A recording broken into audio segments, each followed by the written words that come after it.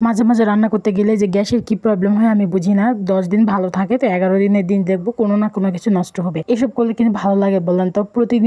প্রতিদিনের একটা ডিউটি থাকে যে তাড়াহুড়ো করে রান্না করতে হয়। কারণ রান্নাটা যত তাড়াতাড়ি শেষ করতে পারবো আমার মনে হয় মাথা থেকে একটা বোঝাবুঝি নেমে গেল এমন একটা ব্যাপার। তো রান্না করতে যেয়ে গ্যাস হঠাৎ করে শেষ হয়ে যায়। তো আমাদের অগ্রিম তো আরেকটা সিলিন্ডার যদিও বাসায় রেখে দিয়েছিলাম। তো পরে ওইটা আমি যখন ওপেন করলাম পরে দেখা গেল যে একটু গ্যাস আসছিল, পরে আর দেখি গ্যাস আসে না। এটা কোনো কথা? একটা তরকারি করতে পারছি বাট আরেকটা তরকারি একদমই হয়নি। তবে এর জন্য ভীষণ কিন্তু রাগ উঠতেছিল আর মনটাও খারাপ হয়েছিল। একবার চুলাটা ঠিক করে আনছি, পরে আবার চুলার এইরকম প্রবলেম হওয়ার কারণে একদমই ভালো লাগতেছে না। রান্না করবো তাড়াহুড়ো করে কিন্তু আমার আর বেশি দেরি হয়ে গেল। তো এমন একটা অবস্থায় কি আর বলবো, কিছু বলার মতো নাই। আর পরিস্থিতিটা এমন যে বলার ভাষাও নাই। তাড়াহুড়ো করে রান্না করার দিন ছিল, কারণ আজকে একটা জায়গায় যাওয়ার কথা ছিল। তো ভাবলাম তাড়াতাড়ি করে রান্নাটা শেষ করে খাওয়া দাওয়া করে গোসল করে রেডি হবো, কিন্তু সেটা আর হইলো কই। একদমই রান্না করতে আর পারলাম না। তবে কোনো রকমের তরকারিটা শুধু হয়েছিল, বাট ওটা দিয়েই ভাতটা খেয়ে নিলাম। পরে আরেকটা তরকারি করতে চেয়েছিলাম কিন্তু সেটা আর হয়ে উঠলো না। তো এই তো এখানে পটল খোড়া দিয়ে একটা তরকারি করবো, এটা আমার খেতে অনেক বেশি পছন্দ। আর এই খাবারটা কিন্তু আমার অনেক ভালো লাগে।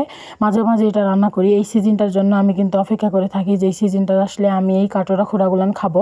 আমাদের উত্তরবঙ্গের এমন কোনো মানুষ নাই যে এই কাটোরা খোড়াগুলো চিনে না। আর এই কাটোরা খোড়াগুলো আমি আজকে মাছ দিয়ে রান্না করব, তাই মাছগুলো একটু ভেজে নিচ্ছিলাম। আর এই তো এখানে একটু বড়া করব, যার কারণে একটু বড় কালাইগুলো ব্লেন্ড করব। কিন্তু দুঃখের কথা কি আর বলবো, ওই তো গ্যাসের সমস্যা, কেন জানি না কখনো গ্যাস চলে যায় তো কখনো চুলা নষ্ট হয়, এমন করতে হয়। চুলাটা অবশ্য বেশি দিন না, মাত্র 2 বছর হচ্ছে ইউজ করতেছি, বাট তারপরও এত প্রবলেম। এর মাঝে 2বার ঠিক করা হয়েছে, বাট তারপর আবার এরকম সমস্যা। আসলে ভাগ্য খারাপ হলে বুঝি এমনই হয়, এমনটাই বুঝি হয়। তো আমার ভাগ্য আসলেই খারাপ, কেননা মাঝে মাঝে এটা না তো ওইটা না তো এইটা, কোনো না কোনো প্রবলেম হতেই থাকে।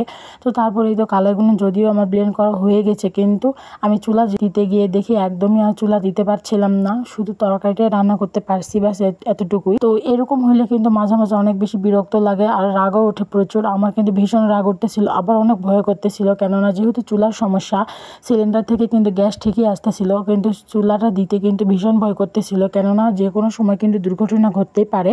তো যার কারণে ভয়ে ভয়ে সিলিন্ডার দিচ্ছিলাম, একবার দিয়ে দৌড় মারতেছিলাম। তবে তবুও কেন জানি না গ্যাস আসতেছিল না, বুঝতে পারতেছি না। নতুন সিলিন্ডার, আবার তারপরও কেন জানি এরকম হচ্ছে। তো এরকম হলে মাঝে মাঝে খুবই বিরক্ত লাগে, কেননা এখন তো আমি একা, রান্নাটাও শেষ করা উচিত ছিল।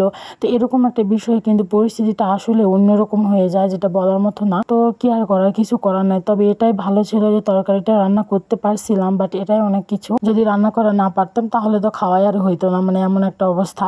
তো এমন পরিস্থিতিতে কার কেমন হয় জানি না, বাট আমার অনেক বেশি বিরক্ত লাগে আর অনেক বেশি রাগ লাগে, যেটা বলার মতো না।